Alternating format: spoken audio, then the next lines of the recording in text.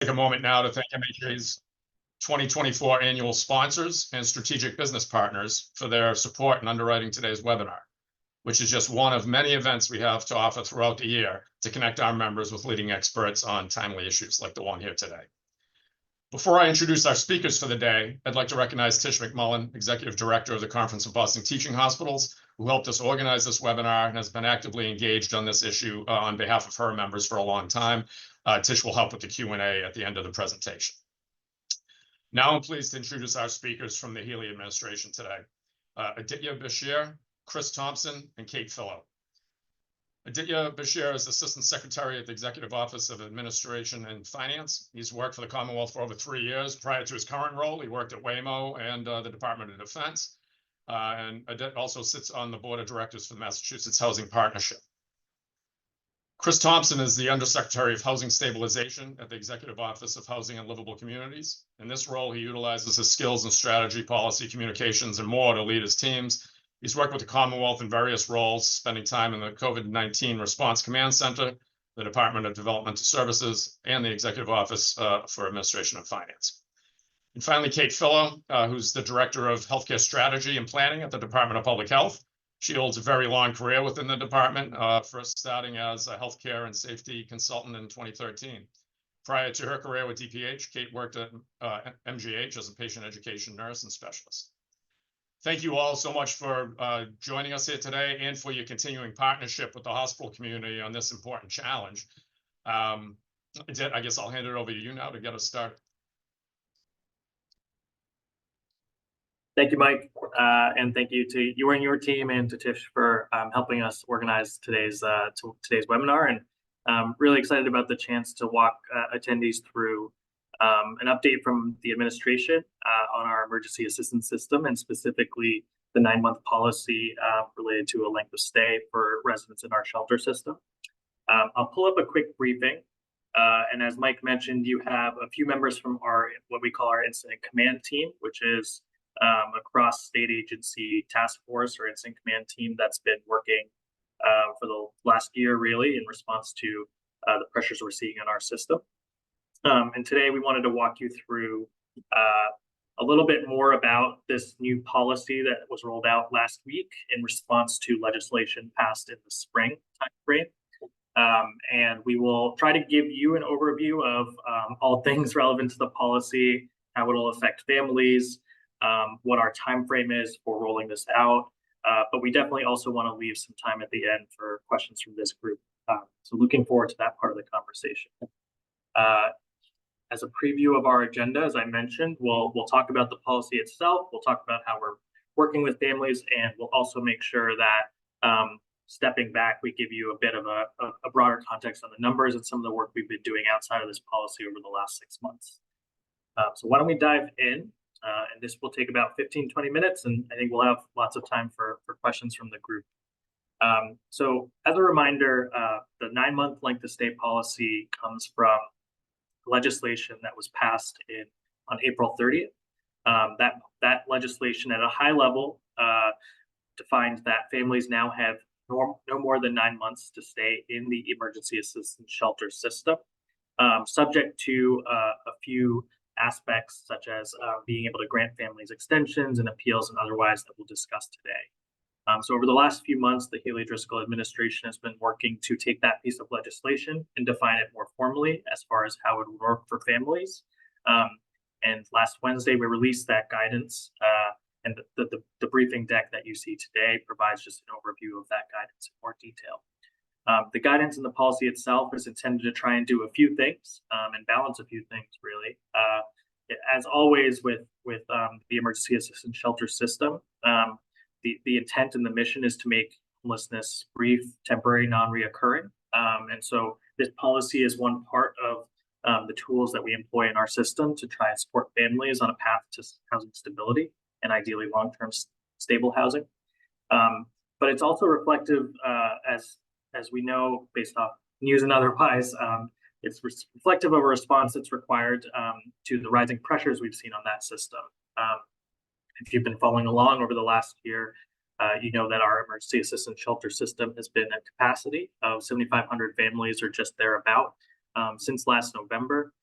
We've implemented a wait list, a number of supports to try and ensure that families still receive the care that they need. But this length of stay policy is part of that ongoing response and reflective of the fact that wait list still continues, and that wait list continues to grow a little bit, and we'll talk about those numbers. So part of this policy also helps us ensure that we are serving families, giving them time to find their path to housing stability, but also balancing the fact that a number of families are still seeking shelter, and we need to constantly be making units available to serve families on our wait list. So that's a high level of the goals. Wanted to just give you the overview of the mechanics itself. As I mentioned, the legislation requires that families are no longer able to stay for more than 9 months unless they are deemed eligible for an extension. And we'll do a little bit more of a deep dive into what extensions look like in the ensuing slides. Based off of releasing this guidance last week and the details of the policy, we expect notices to start in July, in the early July timeframe, which would mean that with a 90-day notice requirement, first exits under this policy would occur no earlier than the end of September. And I think that 90-day piece is super important. The legislation requires that we give 90 days notice to families that are deemed no longer eligible for shelter. And it also gives folks the right to 90-day extensions. And again, we'll talk about that in a second. And just for completeness, we want to share that the way that the 9 months time frame is calculated for families is based on their first date when they entered shelter. So we have about 4,000 families using that approach, 4,000 families who have been in shelter for over 9 months. And so this policy affects those 4,000 families, but as we'll talk about in a second, does not affect all families all at once. But before we get there, just a reminder, this is for our emergency assistance shelter system run by Housing and Livable Communities. There are other supports we've set up for families that have not entered that system just yet, who are on the wait list. Those are families that are in our state-funded overflow sites and clinical and safety risk assessment sites, where folks on the wait list are receiving care. This policy of 9 months is not applicable to those groups. We have separate policies guiding us through that work, but not the focus of discussion for today. So just a few more things before I hand it over to my colleague, Chris Thompson. While we do have 4,000 families that have been in shelter for over 9 months, another important piece of the legislation states that we will limit the amount of families affected in any given batch to 150 families. The legislation itself says that only 150 families per week can exit shelter under this new policy. The administration is starting with more of a month-by-month approach, at least to begin with. So what you'll see is that in early July, the first 150 families out of 4,000 will be selected for notices and the right to apply for an extension. And from there on out, we'll continue to notice families right now on a monthly cadence. As I mentioned beforehand, families will receive 90 days notice. So early July, with at earliest the exits occurring in late September or early October. And just wanted to make sure folks knew that notices will be provided both via mail and through email. And we'll continue to work with the providers on site as well to confirm receipt and ensure that families have information on all the aspects of this policy and all the options available to them. And on that note, I'll turn it over to Chris Thompson, Undersecretary from Housing and Livable Communities, to speak a little bit more about the experience for families. Thank you, Odette. Nice to be here with all of you this morning and having the opportunity to present to you on this new policy and its implementation, and also to take your questions too as you work with families in the EA program. So in terms of the details of how the policy will work, there are, per the legislation, the opportunity for 2 extensions. The 2 extensions laid out in the law are for up to 90 days each, and they're based on specific criteria that was set by the legislature, including some health and safety items, employment and job training participation, and those will be determined based on a family's rehousing assessment, which is part of the process of case management and housing search that our providers, our contracted shelter providers undertake when they work with a family that's in the EA program. So we're utilizing a tool that exists already, updating it with some questions that weren't there previously, utilizing some that already were, and using that rehousing assessment to determine if a family is eligible for the 2 90-day extensions that are allowed in the law. And the providers will work with the families to fill those out. So there's not a separate application process for an extension. We're going to utilize that rehousing assessment tool. So those are the 2 formal extensions that are part of the length of stay policy.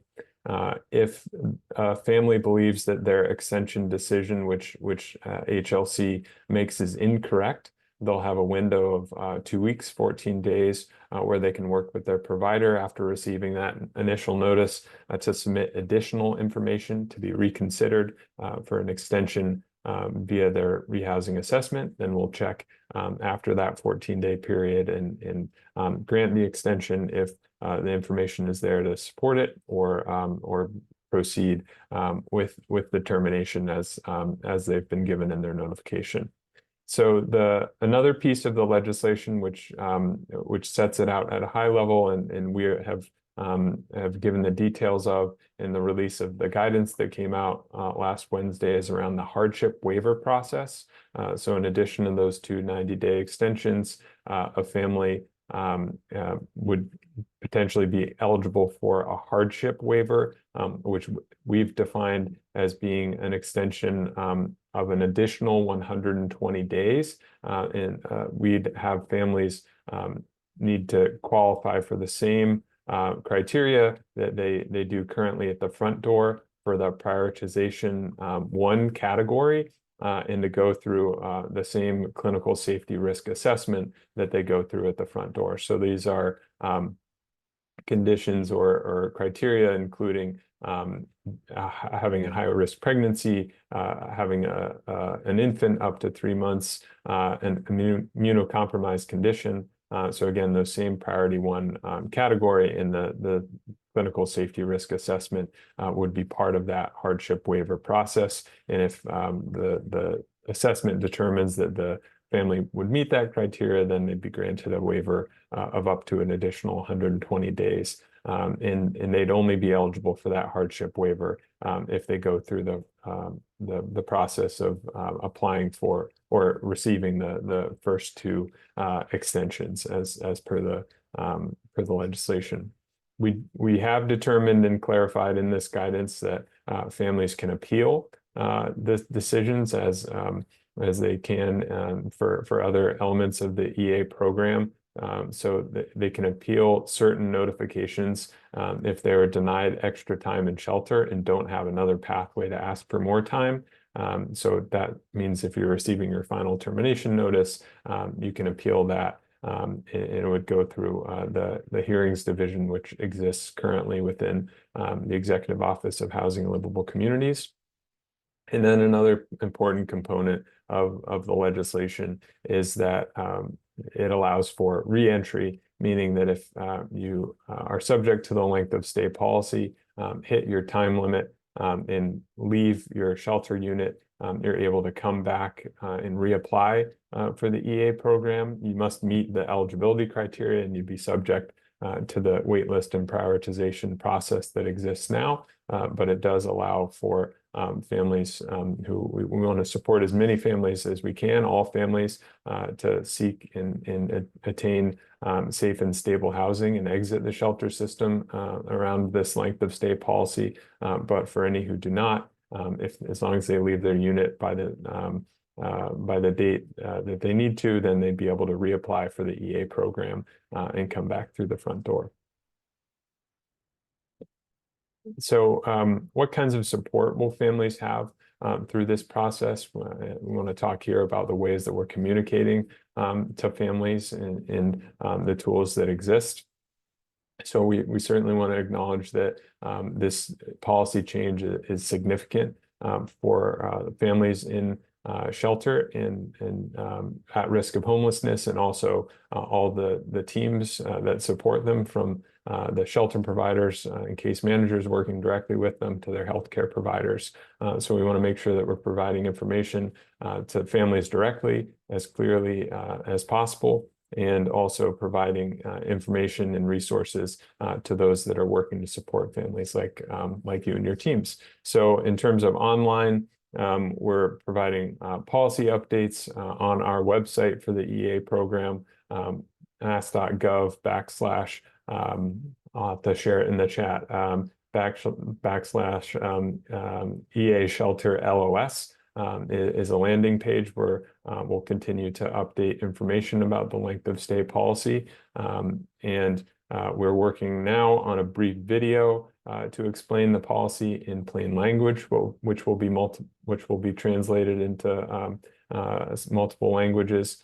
We'll post FAQs on our website. There's some that exist now. We'll continue to add additional questions and answers as they come up through this process. And being mass.gov, anybody can toggle at the top to change to their preferred language on the mass.gov website. And in addition to the notices that will go directly, as Idit said, to families within the program who are facing the length of stay policy, we'll send one general notice about the policy to all of our EA families in the next couple of weeks. And then as families receive their official notice, they'll get those directly from their provider. And if we have an email, we'll email them. We'll also send reminder emails to families as their date approaches. And then by phone, we'll be working with our partners at 211 to train their staff to answer questions about the length of stay policy. We have an intake contact center that we have for the EA program. So those call center agents will be trained to answer length of stay policy questions. And in all of our notices, we'll provide information for families to reach out to Call to Talk if they need help talking to somebody or face a mental health crisis. And then in terms of in-shelter resources, we've in the beginning of this month held in the end of last month feedback sessions with our EA contracted shelter providers. We've used that to guide some of our policy decisions that led to the guidance that was released last week. We're now moving to having training for our shelter providers and our internal staff. So we'll have dedicated training for case managers to support families through the lengths of stay process. We'll be creating resource packets that detail housing community resources for families and EA shelter and distributing those. And then in addition to some of the notices, a general notice in the video we mentioned before, we'll also have flyers and posters that can be put up that in plain language, in visuals with links to translation, describe the basics of the length of stay policy so that families are well aware that this is coming.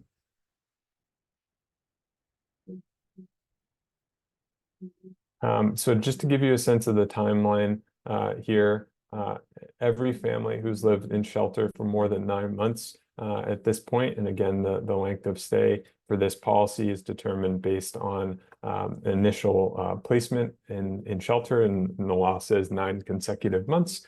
So for some families, that'll be in the past, and so every family who's lived in shelter for 9 or more months will get one of 3 types of notices beginning in July. First, they could receive a notice saying that they're eligible for a 90-day extension. So that'll let them know that they need to be leaving shelter soon. It'll give a date that's specific to that family for when their shelter benefit ends. And it'll have that termination date, and it'll have information about how the second extension would work. So we think because of the way that the extension criteria work that it's possible that you have circumstances change and someone is eligible for one extension and not for the second. But many of the extension criteria, it's likely that you would be eligible again for a second extension. So it would share information about how the second extension would work. So that's the first type of notice that a family may receive. The second is that they have, based on the data that's uploaded in the rehousing assessment, is that we've determined they're ineligible for the extension, and so then that they would get that same information with a date and be told that they have 14 days to work with their shelter provider to submit additional information that tells us whether they're eligible for that first extension. So that means that in that 14-day period, they can just work with their case manager, update that information, and we don't have to go through the whole appeals process. We're hoping that that is seamless and easier for both families and for the providers working with them. And then the third type of notice that a family could receive starting next month is an administrative extension. As Adit mentioned, we're rolling this out over time. So for the month of July, starting with 150 families, and the rest of those families who are over that 9-month period would receive an administrative extension informing them they haven't been selected for length of stay this month, but that they could be selected in the following months.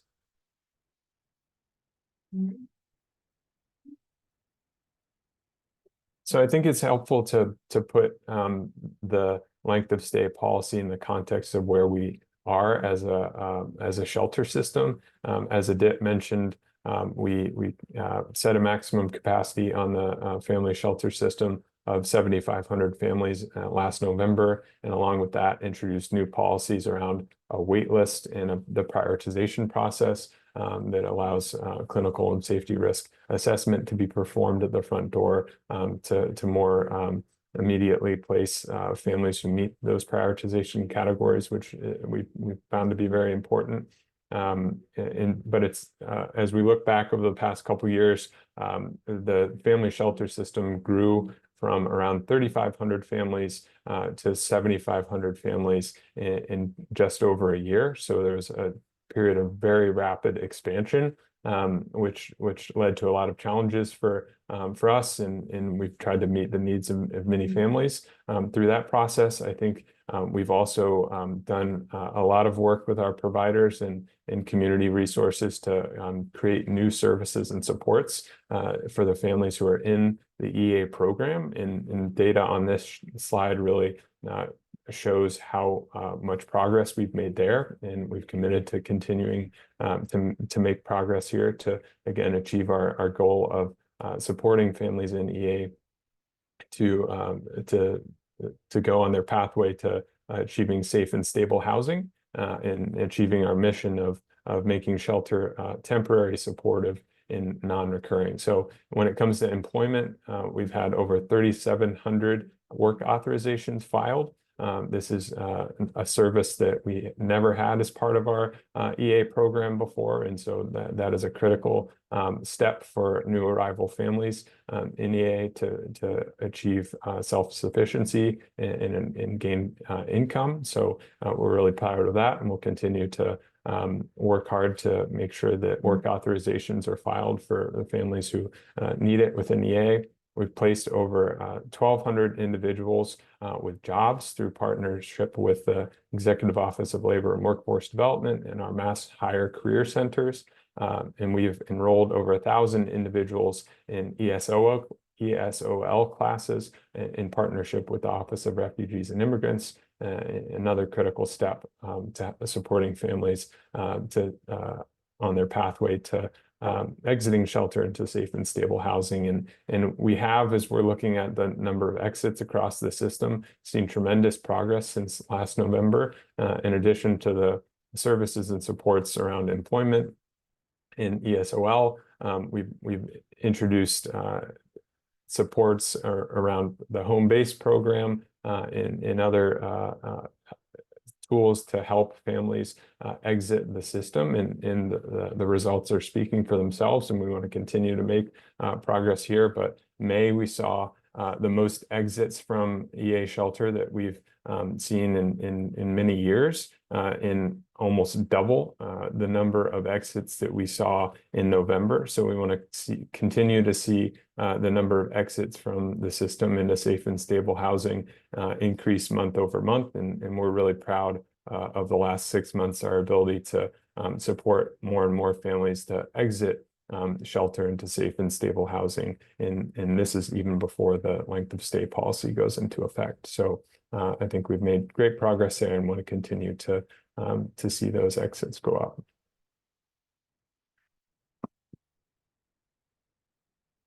So that was it for my portion, and it can come back on, and we're happy to take questions. Thank you both, Adit and Chris. Really important information, and I know this is a vital focus for your teams and the governor. So thanks for coming here today to explain it. I know we do have some questions in chat. First off, will the deck that you used here, are we able to circulate that to the folks watching? Yes, yeah, we'll work with your team to make sure we have a PDF version that we can send out afterwards. Great, thanks. I know some questions here which you may have touched on, but Tish, one of them is from you, so I'll hand it over to you. Thank you. I have a lot of questions, but I also, Chris, want to thank you. This is incredibly thoughtful, and I know it's going to be a lot of work for the EOHLC staff to implement this. So we appreciate everything you've done and everything you are doing to support these families. Thank you. Question on the rehousing assessment as a mechanism. Do you find that families generally comply with the rehousing assessments, giving your teams what they need to be able to make a determination on one of the exceptions? Thanks, Tish. I appreciate the question and the kind words. So in terms of the answer to the question, we have had a rehousing assessment that's been part of the housing search and case management components of the EA program. We haven't used it for this before. In terms of some of the questions, we've added entirely. We are. I think we need to make significant progress over the next couple months with our providers to get rehousing assessment completion rates up. And this is something that, you know, at first we're not going to hold. There won't be negative consequences for a family if the provider doesn't have the rehousing assessment. I think that's part of why we're ramping up through this implementation, is because we're introducing changes to a tool that exists now, and the stakes are going up for that tool. So we want to give time to reflect that, and for providers to be able to be trained on how it will work, and for us to use the next couple months to work with them on that to get their rehousing assessment completion rates up. And the idea of the 14-day window, which you get a notice saying that you're not eligible for an assessment. If you don't think that's right as a family, you can then work with your provider over that 14-day period to update that information so that you don't have to go through a whole appeals process or something that's complicated for a family. So we really are trying to reduce the barrier and impact on families as much as possible, and to support the providers and their staff to doing that. Does that answer your question? Yes. Okay, Thank you good. so much. Mike, do you want to go through some of the questions in the chat? Yeah, you can go ahead. You can lead them through. That'd be great. Sure. So I think one of the first questions was about whether the notices will be available in a family's primary language. I'm sorry if you answered that. They will, yes. We'll Great. look at the primary language that's recorded in our system and make it available just when it goes out in that native language. And then as part of the expectation for providers, there's a language line, or their staff if they speak that language, would work with the family to make sure that they understand it, and families have a right to ask that notices be read out loud to them to ensure they comprehend it. So but yes, it will be translated in the native languages.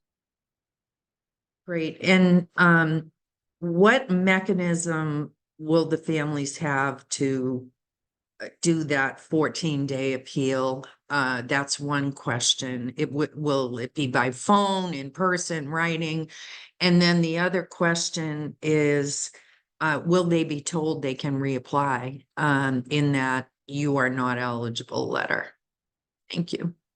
Yeah, so in terms of that 14-day window, this is really to create as streamlined and easy as a process without having to go through a formal appeal. They still have that appeal right, but we want to give families that opportunity within those 14 days. What they would do is we'll be sharing all the names with providers at the same time, so they will know on their caseload which families are receiving a notice and which type of notice they're receiving. And so we'd ask providers to work with families in that 14-day period to confirm with them whether the status is right, and then to update that rehousing assessment in those 14 days, so that then when we go back and check it, that information is there. And we if at that point we confirm that we're still don't see the information that shows us that they'd be eligible for an extension, at that point the family could independently or with the support of their provider appeal directly to HLC and go through that formal appeals process that exists now. Great. I know this is $1 million question, but this whole policy is dependent on Secretary Augustus's capacity declaration. It was done in October. It was extended at the beginning of the year, set to expire in June. And it seems to have been, every time it's renewed, it's 120 days. Any thoughts on renewal at the end of June on that? And if so, do you anticipate a renewal would be for a few months?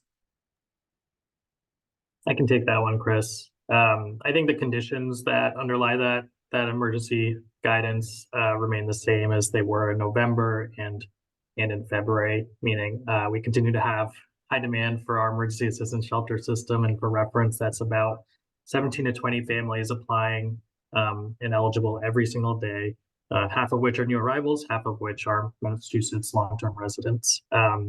And as a result of that, we continue to be at that capacity mark of around 7,500 families. It oscillates a little bit day over day, but operating always right around that mark with 700 families on the wait list. And sometimes getting closer to 800 right now. So I think that's a long way of saying we're anticipating it will be extended. Time frame, I think, for extension TBD, but anticipate it could be consistent with previous extensions. Then one piece I'll just add to that, Adit, is that contingent upon that emergency declaration is also a funding piece, and we know it's going to cost around $1 billion to fund the EA program this year at a caseload of 7,500 families. The legislature has so far only appropriated $500 million for next fiscal year, which begins July 1. So we go in with a significant funding shortfall, which is another part of that emergency declaration. Thank you. I want to read a question from the chat. One barrier our social workers and community health workers are starting to notice, a barrier to securing permanent housing, is a lack of credit history to be approved for housing applications. Oh, sorry, it just disappeared on me. Let me go back.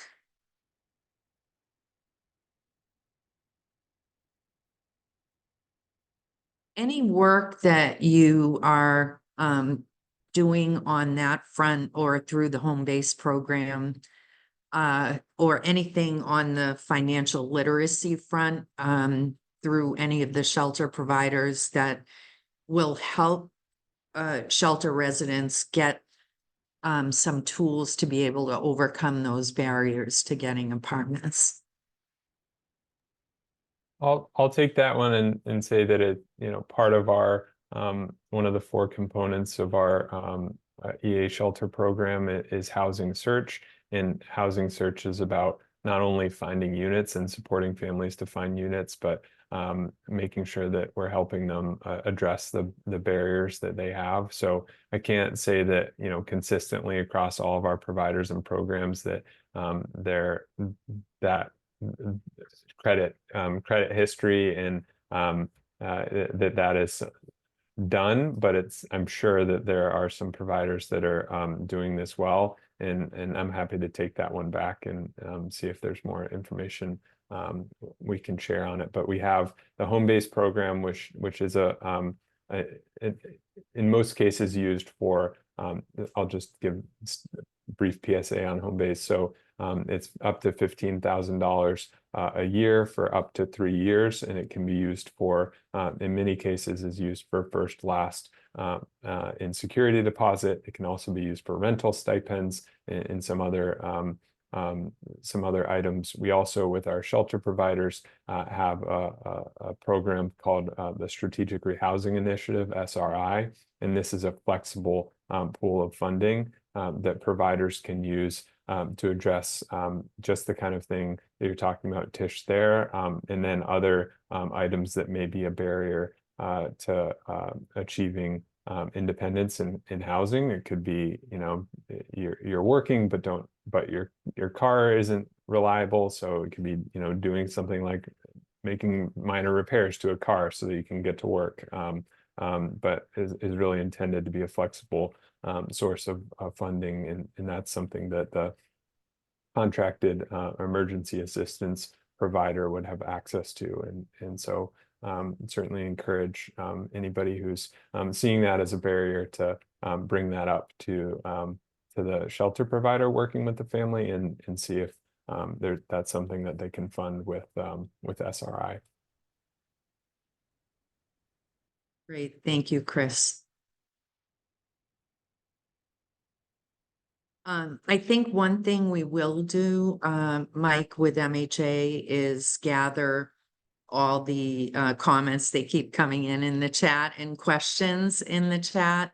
The resources that you will be providing to your own staff and the 211 staff, any chance those also could be shared with us, so we're all kind of seeing the same information? Thank you. Yeah, Tish, I think we can work on a way to make that happen. We have, I think, a useful FAQ that is reflective of much of those resources, much more detailed than I think the briefing. So we can figure out making sure that you all have that, and then can go from there, especially as we see the questions come in and find a way to respond.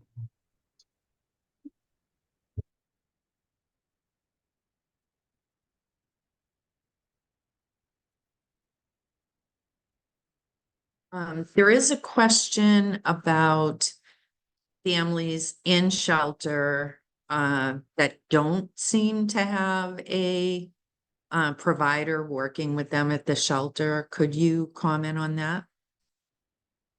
Yeah, I'd be happy to. So there have over the course of the last year been a number of sites which at one time was up to 55. So we had a very high number as we grew so much so fast that were supported by National Guard members and in a combination of other community resources, including Kate and her team. And our goal is by the end of this month that there are no longer any sites that aren't supported by a contracted shelter service provider. So there are just 7 today that still have the National Guard, and by the end of this month, we should be down to 0 sites. So we go into July with 100% of our sites and all of our families within the EA program supported by a contracted shelter service provider. That's great. And more evidence that there are so many parallel efforts going on across all of government that aren't visible to everyone. So thank you for that. Mike, any questions from your end? No, we'll do our best, I think, to turn around answers. I see this, we keep getting more populated here in the chat. Kate, I see that you joined us. Chris and Odette did a tremendous job here in bringing information forward and addressing some of the questions. I wanted to give you a chance if there was anything from DPH that you wanted to share here with the audience today. Thank you so much. And my apologies for being a little bit late. I'm down at one of the shelter sites in our pre-shelter sites in our time ran over. I think certainly, you know, we continue to work with families, and I think in our 5 different, you know, priority areas, making sure, you know, families are vaccinated, making sure that we connect any pregnant persons, anyone who needs reproductive care, with our community health centers and with our hospitals, and also work to make sure that any urgent issues and chronic issues are addressed. And I think, you know, our number one, whether we're working with people and families that are in the pre-shelter space in our EA shelters, is that we're trying to, you know, really limit the use of emergency departments, and by connecting families, obviously, with the understanding that we have very limited, you know, primary care resources. So if with a number of even folks on the call have set up a number of different innovative strategies.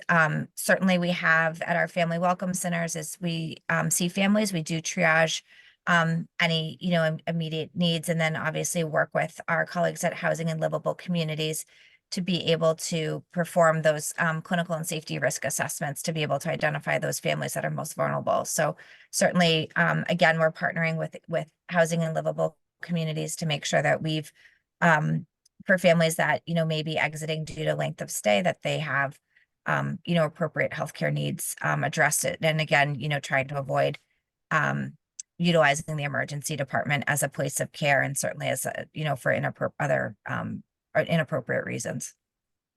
Thank you. Thanks. And touched on, I noticed here in the chat, there's a few questions around, you know, what happens if a family has to vacate, the shelter system doesn't get an extension, what types of resources are available to them?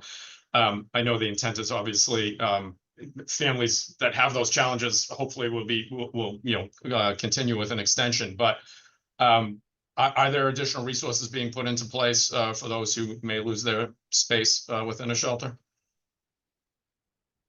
So I think our goal, I'll just say, is that we support families and really use the 90-day period or 120 days if granted, the 2 extensions period of time to ensure that they're supported and that we avoid that from happening. And I'll just give another PSA for home base, which all families who are within EA shelter are eligible for the home base program, and we really want to support families to utilize that home base benefit. There are also families within EA shelter who have a housing voucher, and that is a critical tool to be able to support exit from shelter.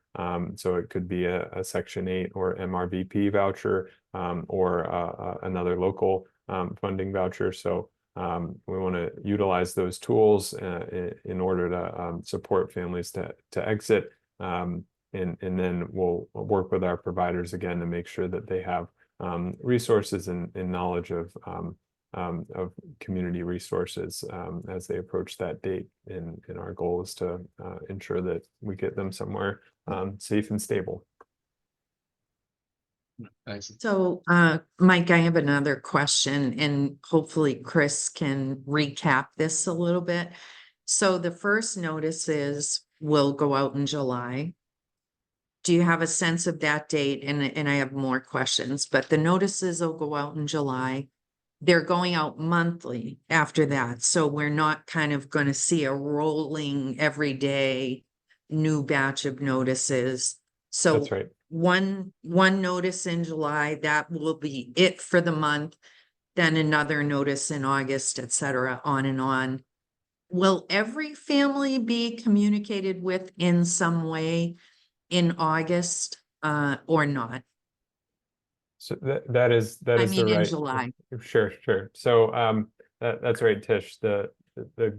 We're not, it's not like, you know, every day could have a new set. We're thinking about it as cohorts. So you would have you know, a cohort. Again, we're targeting around 150 families in July who would receive the official notice. And as we said earlier, there's around 4,000 families who are have been in EA shelter for over 9 months at this point, or will by the beginning of July. So about half, a little over half of our system has been in over 9 months. That those notices would go out in one of those three categories. It would be either that you're ineligible for an extension, you have 14 days, you're eligible for an extension, and here's the date and how the second extension works, or you're receiving an administrative extension. And so all 4,000 families over 9 months would receive one of those three.